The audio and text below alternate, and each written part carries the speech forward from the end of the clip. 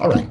Again, as we heard from Dr. Sandy this morning, as well as Terry Clark, we were really introduced to the fact that this is just such a new and different year for all of us. And I have to say, as much as I appreciate being here virtually, I certainly miss this opportunity to pass you in the hallway and to chat with you during breaks. To really build that collegial collaboration opportunity. It's one of the events that we look forward to each of the last 3-4 years, and we're grateful for the opportunity to have what we have this year, and for the CTC to soldier on and continue providing us with this invaluable opportunity. So as we move ahead today, what we'd like to do is we'd like to start out just by finding out who's in the Zoom today. So as you're entering in the room right now, hopefully you have your chat open. We'd like to hear from you. If you could just give us an idea of what area you represent. Is it school districts and LEA? Are you with university or IHE? Are you part of a school site administration, HR? You can start flooding that chat at any time just to let us know who we have in the room. Excellent. Welcome, Lancaster. I see teacher induction, SDSU. Wonderful. Teacher induction, CTC. Terrific. Terrific. And we will try to keep up with those as you enter the room. One of the reasons we ask for this information is it helps us to kind of determine what direction we want to share information from this afternoon.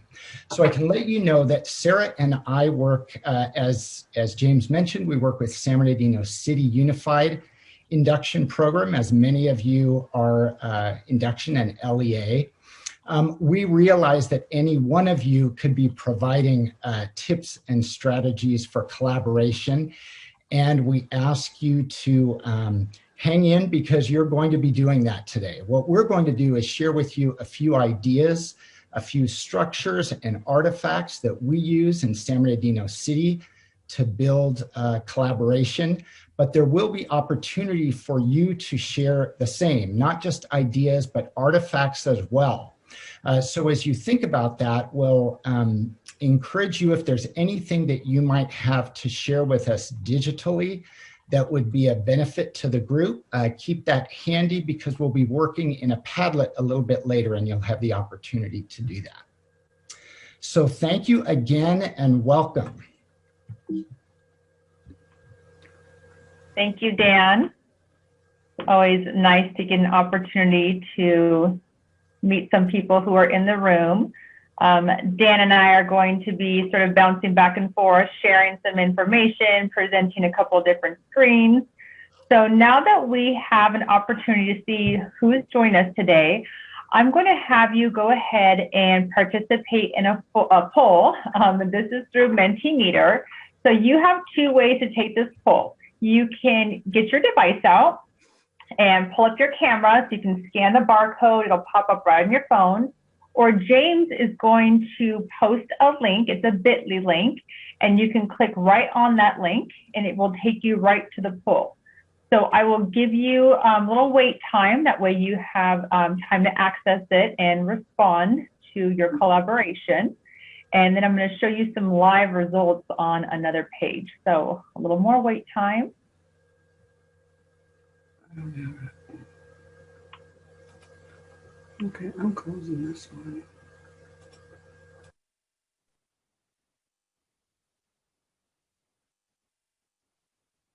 James, do you have the link to post? No, I don't. Okay. All right, so let's just stick with the barcode. So if you can pull out your devices. Barcodes have become sort of a popular way for us to gather information quickly. We've been using them quite a bit on some of our presentations. We use them to collect feedback. So as many of you are possible to respond to the link, you can go ahead and click on that. And then what I'm going to do is exit out of the PowerPoint for a moment. And I'm going to take you straight over to Mentee Meter. And what's cool about this resource is that it shows you everything in real time. So as people respond, you'll see that there's a little pie graph here, and it shows who responded based on, you're only able to respond once, based on the number of people who participated so far. So at the bottom right, you can see we have 39 responses so far. And looking at this pie chart, we reflect on the results, and they're still coming in. We can see that there's about, most of us have, like a moderate amount of communication between the LEA and IHE partners. So it looks like we have a wide range of collaboration taking place. So that's good to inform us as far as what we need to focus on today. We figured there'd be a little bit of everything. So our goal today is just to share some information on how we can strengthen those relationships. And then for Mentee Meter, I want to share a little bit more about this tool that we use. We've used it in different presentations. It's free, at least some of the activities I use are free. It also allows you to do one of those fun word clouds that have become pretty popular recently. And so when you're developing professional development, if you're participating in an advisory board, you're doing meetings, workshops, whatever it is, if you want to gather some data quickly from your participants, you can do it ahead of time in the moment, and that can help you sort of determine if you need to adjust your instruction, or you can use it to do some data analysis at the very end after you gather information from your participants. So I highly recommend it. And we're always looking for those opportunities to interact digitally. So this is something kind of fun and unique that we've been experimenting with. So back to those goals for collaboration.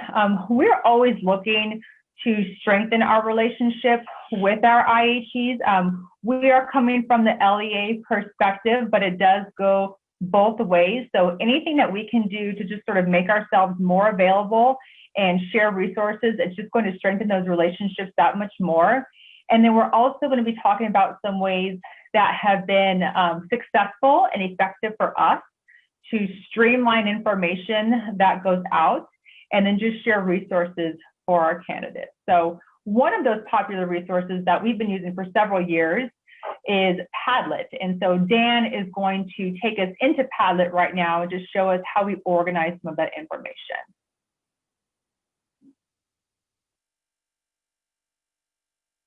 All right, Sarah, let me grab that link and I'll put it in the chat here.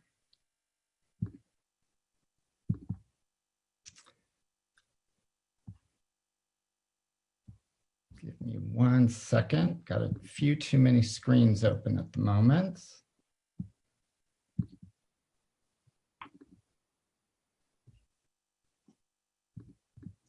All right, as Sarah mentioned, we do use Padlet for a number of activities. And one of the reasons we do that is we like to have that, that feature of being able to archive. So you should have the link in Padlet to Padlet right now in the chat. So what I'm going to do is share my screen with you again and get there with you.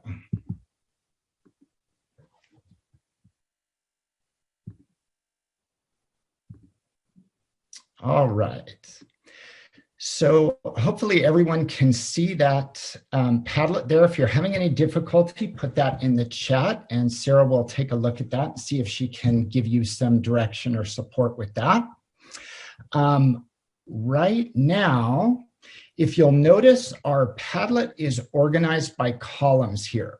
So what we have for you today is we're going to be sharing some tips and resources, again, from our perspective as an induction program. In just a moment, Sarah's going to be sharing with you some of her tips working with advisory boards of our local institutions of higher education, our colleges and universities. A little later, I'm going to be sharing some ways that we encourage collaboration with the same group on our own district advisory boards.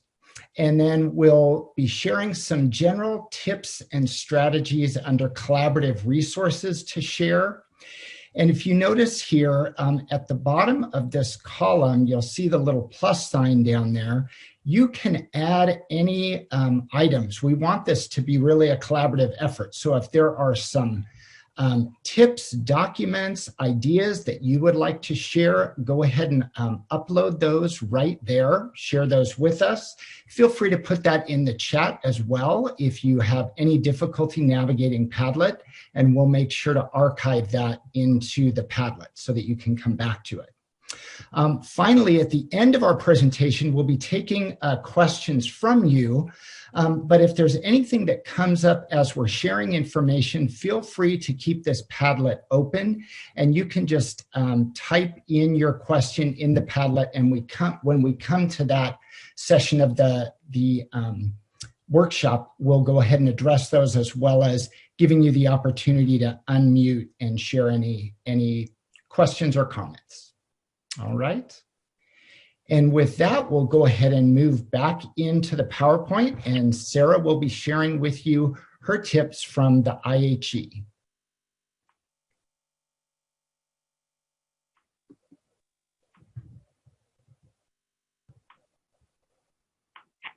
Thank you, Dan.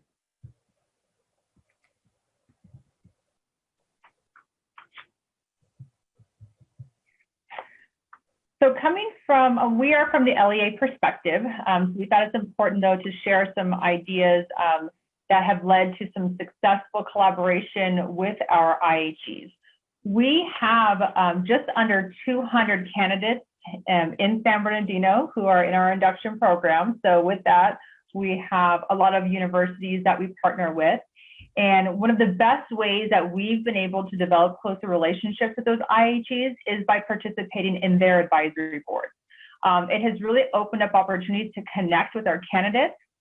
And we're always looking for ways to connect and just really make ourselves available to the candidates at these universities, as well as those representatives. A couple of opportunities that have opened themselves up was for Dan and I have both been able to go to the universities and be guest presenters at some of the credential classes. So Dan and I both have backgrounds in special education, so I was able to co-present with some of my colleagues to our ed specialists and just share some, highlight best practices that we're using in San Bernardino. And what's cool is that some of our candidates are hired and already working with us and in those classes. But it's also a way for us to promote our district. So if you're looking to recruit and you're able to get in front of the candidates at the university, it's a lot of fun. And just being able to share and teach with college students, it's such a blast. And so if that opportunity is open to you, even reaching out and offering that service, I think the universities appreciate it. So that's been great for us to do. We've also invited all of our IHEs to our district events. So we host New Teacher Academy. It's an annual event that we do for our new hires each year. We also host a variety of seminars throughout the year. So we open up to our IHEs to come and present. Sometimes they have, programs that they're offering right now. So for example, Brandman reached out to us about a master and doctoral program that they have. So they've offered to do an informational session and just share with our candidates. So anytime they reach out to us, we try to make sure we're able to open up a platform for them. And then we give them some feedback as far as when we think the best time and who the resources that they can use to get in touch with them.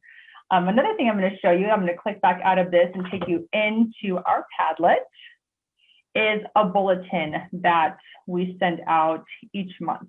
And what's nice about this bulletin is that it's a way to just sort of organize all the information that's going out from our induction program. And you'll see it's over here on the tips from the LEAs. So in our bulletin, it really just starts out, a greeting to everybody, highlights what our candidates are focusing on for the month. I've also recently been highlighting our demonstration teacher program, which you're going to learn a little bit more about later. Dan will take you through that. And then here is where we get to highlight upcoming trainings, educator resources. If our IHEs reach out to us about any programs, ways they want to partner with us, things that are helpful to the candidates, this is a great section that I can post it here. The bulletin is hyperlinked, so candidates and anyone that wants to access the information just has to click on it, takes them right to that information, so that's been incredibly helpful. And then, of course, we always want that timely information from the CTC in regards to what's going on with COVID updates, specifically for those candidates that have the TPA and RECA requirements. So they have monthly updates. They can just easily click here and see what's going on. But we also are very intentional about reaching out to them and making sure we just pull out the information that they need and helping them stay informed to the best that we can. So those are a few different things here. And then, of course, just, I have to put my own little personal spin. So if you have something that's near and dear to your heart, well-being is to me, and something I think is timely. So I've recently just been highlighting some well-being tips based on research that's been done by Gallup. And then I post a little article link that people can read. And then this I stole from another newsletter that I saw that was just amazing. If you're looking to, give back to the community, there's just amazing opportunities all over locally. And so I highlighted this area, called it the Giving Corner, and just seeing what we can do to partner with other stakeholders, other organizations, how we can give back and get our candidates involved in just a variety of different ways. So the bulletin, it's developed through MailerLite. We're used to getting, emails with bullet points and here's some updates, here's some links and, attachments, and we never really know what's happening with that information. But in a bulletin, it's sort of nice and succinct. It looks official and just memorializes what's happening for the month. So what's nice too, since it is through MailerLite, which is a web-based company, is you can also track the analytics. So I can see how many people have actually opened up the bulletin based on who I sent it to. And it also lets me know how many people have clicked on the links. So I'm really getting a better idea as far as, is this information timely? Do I need to continue with it? Should I change what I'm sending out? Because if I can see that X amount of people are really wanting to go and see what's going on at the CTC, I'm going to continue to put that information on there. So that's just a fun tip. It also allows you to be creative, which I am not, but I get to pretend like I am because those templates are so fun and easy to work with. And then one last thing, just as far as the IHEs, the way they have their advisory boards structured, I've been to 2 this year. One of them is through Cal State San Bernardino, and the other was through Claremont Graduate University. Cal State San Bernardino is literally right in our neighborhood, so we have many, many candidates that go through CSUSB and come to us, and so we attend their advisory boards. The way they structured theirs was to do similar breakout sessions based on what's timely, what's needed, what are the current trends, and we were able to determine which ones we were going to prior to the meeting. CGU did it similar like we did today, gave us a list of options, and then we get to select in the moment where we're going to go. And then they also just included different surveys on how to collect data, so they can determine, how are they going to strengthen their relationships with us, who's attended, how the breakout sessions went. So either which way, they were both very effective and both have led to great relationships. So I encourage you, if you are not currently on an advisory board, to reach out to your IHEs, see if they have one. If they don't, it might be a good talking point or maybe inspire them to start one so you guys can really start focusing and strengthen that collaboration. So thank you, and I'm going to hand it back over to Dan, and he's going to talk a little bit more about how we organize our advisory through San Bernardino.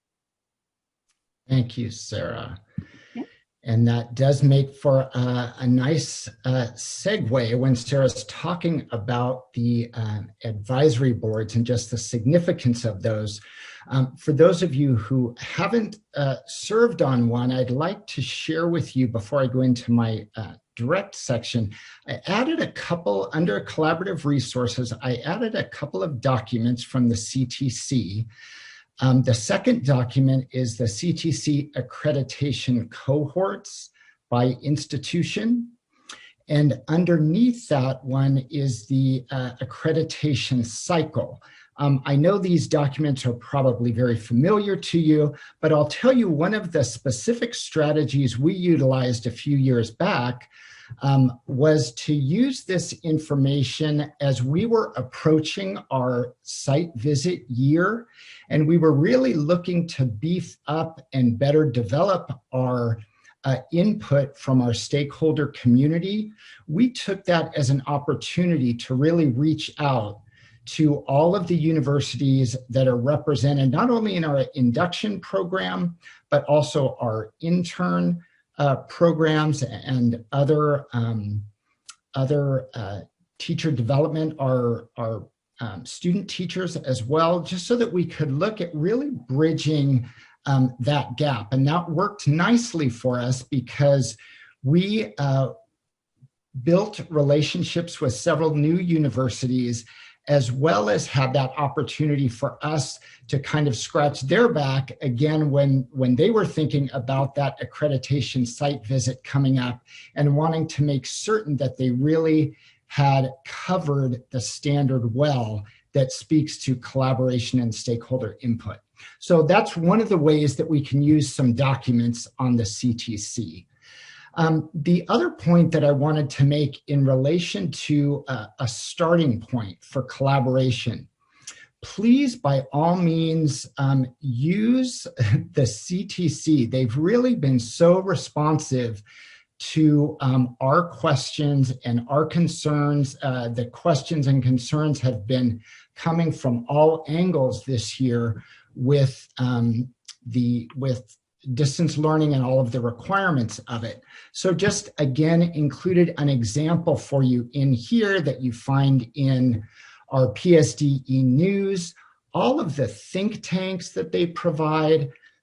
These have afforded me, just this year, afforded me new relationships to follow up on. And let me just give you an example. When you look at the office hours here, we've attended this year the teacher induction program faculty and staff meetings on a somewhat regular basis, someone from our department attending those. And as we attend those meetings, we hear from different folks. We got wonderful information and resources from Cal State Bakersfield, from Tulare County Office of Education, other stakeholders that I wouldn't necessarily collaborate with, but these office hours provided an excellent opportunity for that. So we were able to exchange some emails and build some communication that way. All right, so that's a few items under the collaborative resources. The other couple of things under our own San Bernardino City Advisory Board that we wanted to draw your attention to is we've really been thinking about how we're using this opportunity. Our board happens to meet 3 times a year. We meet fall, winter, and spring. And obviously this year we've been doing that virtually. So one of the things that we've had to, moving a little slow there, but it's coming up, we've had to kind of rethink and restructure, as everyone has. So one of the things that we determined that we would do this year is, instead of simply sending an invitation to our different stakeholders for the upcoming meeting, we've tried to engage them with a little bit of a pre-activity or some sort of informational component to really build upon the collaboration. So you can see with this particular agenda, we had a pre-meeting activity, not very complicated or difficult, and I'm going to open this one up for you, asking our different stakeholders if they could share a celebration with us, whether it was one of our district departments, one of our IHEs. And so what we did is we utilized our Jamboard, and you could see this one is quite jammed, with people sharing their perspectives, their celebrations. We had Brandman University sharing some of the upcoming supports that they were excited to unveil.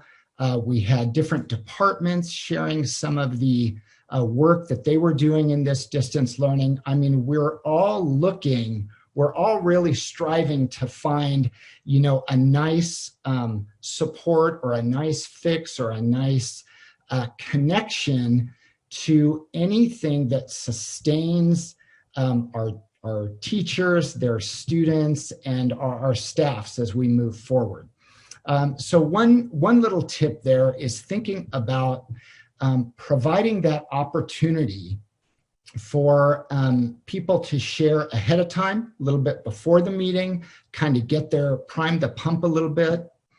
Another thing that we've done within our advisory meetings is we've really looked at trying to capture a cycle so that we have a predictable cycle. Many of the players in induction are changing rapidly. You know this probably from your own sites as well as your university contacts. I just received an email while I was in this conference today. I was checking at lunch and I was just reminded that one of my university contacts, their email address is no longer good. So I have to find out if this person has moved on and moved out of that position and reach out and see what we can do to maintain connection with that particular university. But our agendas do follow a routine. So we look at maintaining that routine so that those newer members that might be coming in and joining us for the first time have some sort of structure to connect with as they move ahead. And again, I mentioned this does go out prior to the meeting. Another new piece you can see down here is our program spotlight. This is new for us this year. And in our fall meeting, we had one of our district departments, our student wellness and support services, share mental health supports for not only staff members, but students and families. So those are resources that we realize are very timely, and we want to make certain that those are getting out to interested parties. But this program spotlight also affords us the opportunity to invite any one of our IHEs, if they have a particular event coming up, if they have a program that they would like to highlight. Even though we only meet 3 times a year, we do put out an all-call for this as we're preparing for our winter meeting. We'll be doing an all-call to get an idea of who would like to share within the spotlight. Again, trying to provide that mutually beneficial opportunities in there. All right. The next thing that we're going to take a look at here within our Padlet is we want to take a look at a resource that Sarah mentioned. This is one of our district resources, and we have what we call a demonstration teacher program in our district. And what that is we hire classroom teachers as teaching program specialists to serve as exemplary and highly effective models for others to come and observe. So on this particular document, the demonstration teacher distance learning supports, we're organized by teacher name, their grade level, content, school site, their area of expertise related to distance learning. Of course, this is all new this year, so this has all just been unveiled, and their class schedules. I'm sharing this resource with you because one of the features that we have in this database is we have screencasts. We have video recordings that these demonstration teachers have created that are generally, they're somewhat brief, 3 to 6, 7 minutes, where they're sharing a tool, a hack, a technique, an idea to support distance learning.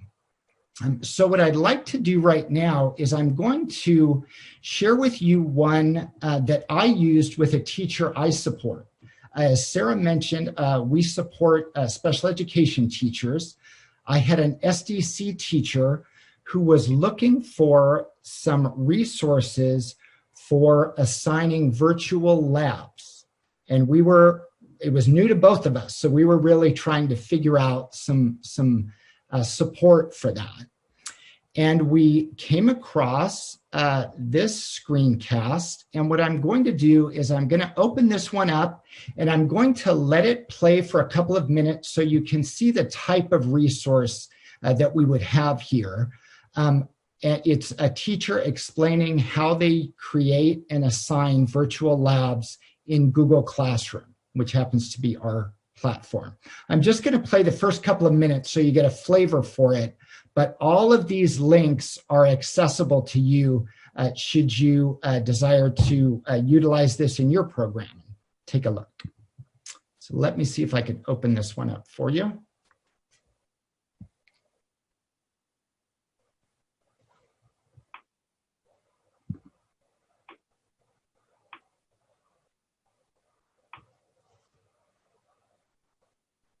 Hi everyone, my name is Anna Barragon. I am a demonstration teacher. Today I'd like to show you how to assign a virtual lab on Google Classroom. The first website I'd like to show you is interactives.ck12.org.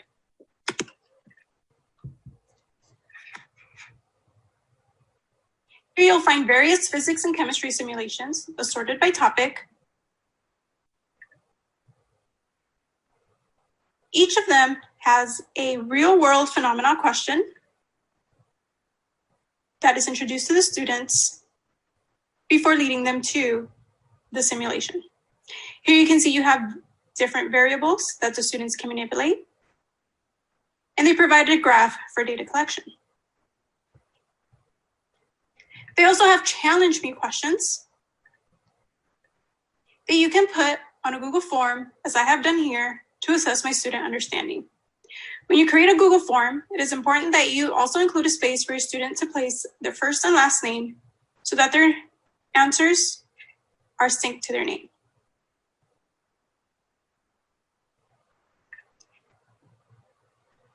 To assign this to a class, there is a feature here. However, you're not able to customize your assignment using their feature.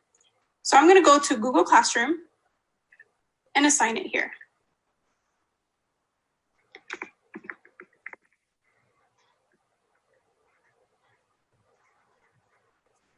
Here, I can add the link to the simulation.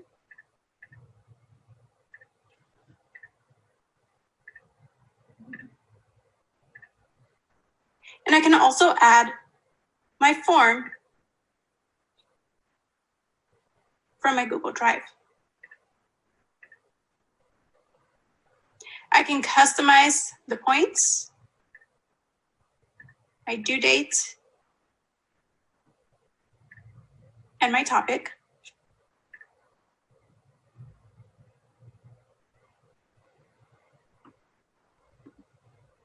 All right, I'm going to go ahead and pause that right there. I just wanted to give you an idea of what you might find in any one of these topics. All the topics are listed to the left side here. And the beauty of this is these are all recorded. Anna's quite adept. I needed to replay this a few times with my teacher to make sure we were following the sequence well. But again, this is one resource that we share not just within our own district, other districts, and IHEs as well, because this whole environment is brand new to all of us. And when we're looking for examples of strategies as well as instruction, you know, looking at pre-recorded instruction, we want to have that opportunity to really build upon the tools that we have to work with. So that is our demonstration teacher link for you. What I'm going to pull up now, let's see if there was another one in here. Oh, that we had. Oh, there was one other. Come to that.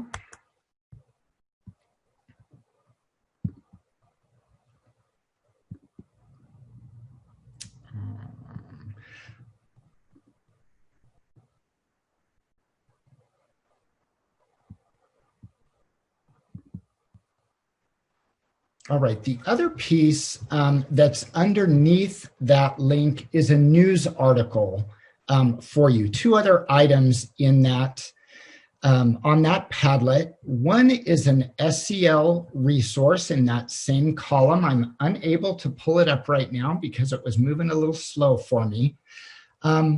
We've heard a lot about social emotional learning and mental health and supports. So again, we just included one of the resources for the classroom, whether it's physical or virtual, that teachers might utilize in that list, as well as a news article that's one conducted on our demonstration teacher guru. Her name is Morgan Pelletira, and it speaks to the networking and connections that she's afforded for student teachers to meet their requirements and deadlines. So just a few ideas that we wanted to be able to share with you through the resources that we have in San Bernardino City. What I'd like to do now is move us towards some questions and comments. We know we gave you a lot of information there.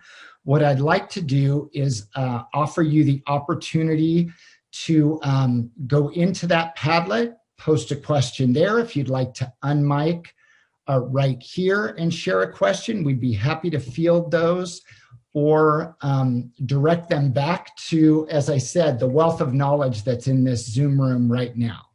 So we'll take a moment to do that. If anyone has a question for us or a comment.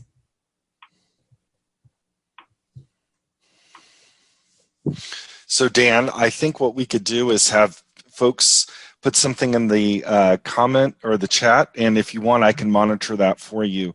We do have a question from Samantha. She asks, do you need to sign in to the Padlet to post a question on it?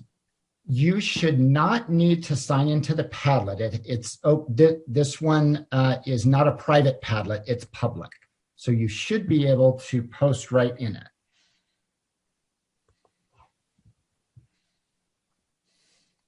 Make sure you're getting in there. And maybe, Dan, if you or Sarah wanted to monitor the Padlet questions. Let me see what. I've got the Padlet up, Dan, so if anything pops up here, I can address that. You post it, and I'll take these right here then. But feel free to unmute as well. We have another, Leslie said that she can't post either, so. Okay, so if you have a question or a comment, or a link that you would like to share, if you could put that in the chat for us, I'll stay in the room so that we can archive this and get it into the Padlet. And that will all go into our resource folder once the presentation's complete. Does that sound like that'll work, James? Yes, absolutely.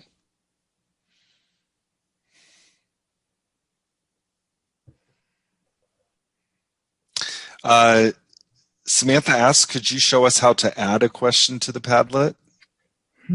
Okay, let me go back there. Okay, if you can, I can do it, Dan. Sure, Sarah, do you want to share your screen? Sure.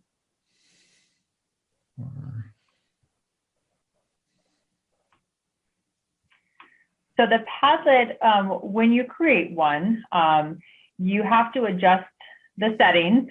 So we're thinking we had it open, but there may be some restrictions on the Padlet. It's a fun interactive tool that we get to use.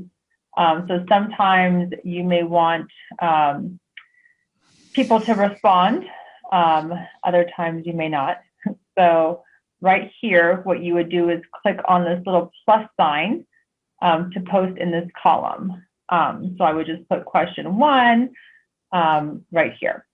And then we also have the option, which is also in the settings, is you can like it. So if somebody said something that resonated with you, you could put a little heart next to it, or you can continue to add on to the responses. So it looks like we don't have those settings set up, but if I posed a question here and somebody else wanted to respond, we could sort of go back and forth within the context of the same question. And then it wouldn't impact another question that maybe was being asked below it. So that's sort of like the structure of how it works. But unfortunately, I apologize, we don't have it set up for you. Sarah, if people would like to refresh their Padlet, I just went in again and did it, and it looked like it was filling. I'm going to reload the page myself and see if any other questions have popped up. Looks like something's coming in. There it is. Great. Thank you. This is real time. And Sarah and Dan, can I add something that I discovered when I used this in the classroom? That's wonderful. Definitely. It does have a profanity filter. So when you use it with students, you can set that, and that way students can't get in there and, like my seniors used to be, creative, and it kind of stops that creativity in that area. Yeah. Right. So it looks like we have a question in regards to, it says, do you ever experience challenges in working with IHEs who might be resistant to partnering because we might kind of be perceived as in competition? I will say that I have not experienced that myself. I will say that idea again of being, you're really trying to focus on what's mutually beneficial. So right now, when we're looking at supports for CalTPA, EdTPA, RECA, you know, when I can share some new information with them and just kind of put things out there to them, that's probably what has aided the relationship or the collaboration the most, is being able to come with some ideas and some support. As Sarah and I both mentioned, that idea, we always reiterate this in our meetings. You know, we have a staff of 9 full-timers. So any one of us will gladly participate in your university's advisory board or participate with you on particular events. I also earlier this year worked with Cal State San Bernardino on writing a grant, collaboratively working on a grant. Any of those opportunities, it really hasn't been this sense of competition so far in my experience. I don't know if anybody else cares to chime in on that one.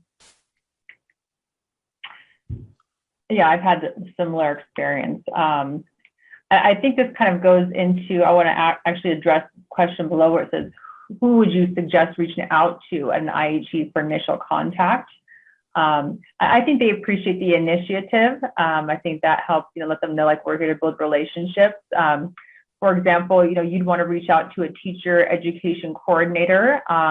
Depending on how the IHE is structured, they may have someone specific overseeing the multiple subject program, the single subject program. So you may have to do just a little bit of digging and research, probably on their main website, just find out who's overseeing the actual program and just inquire if the advisory board currently exists.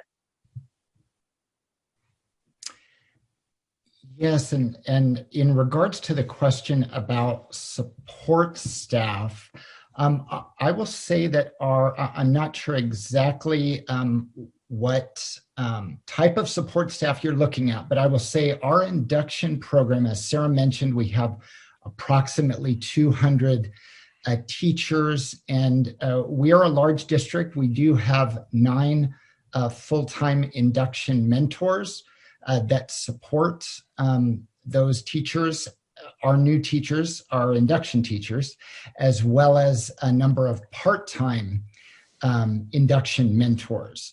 But we do have some, I'll say, light support staff, but we primarily are the ones that make those connections and that reach out and that develop the content and the communication for things like our advisory, our CTC collaboration, attending those those think tank sessions and office hours. That would be our direct staff, which works with the teachers and induction candidates as well.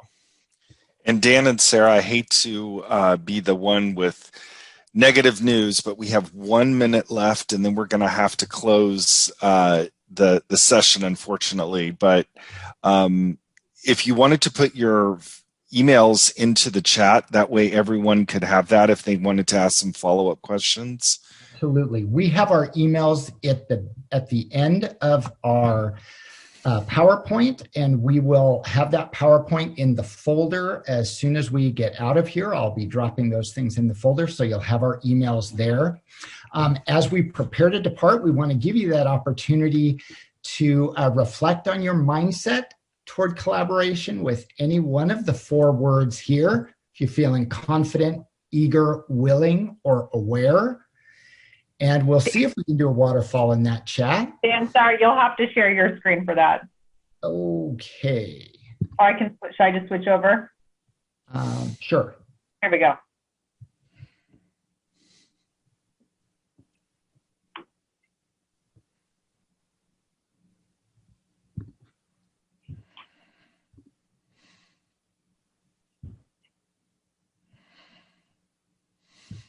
I am not seeing it, Sarah.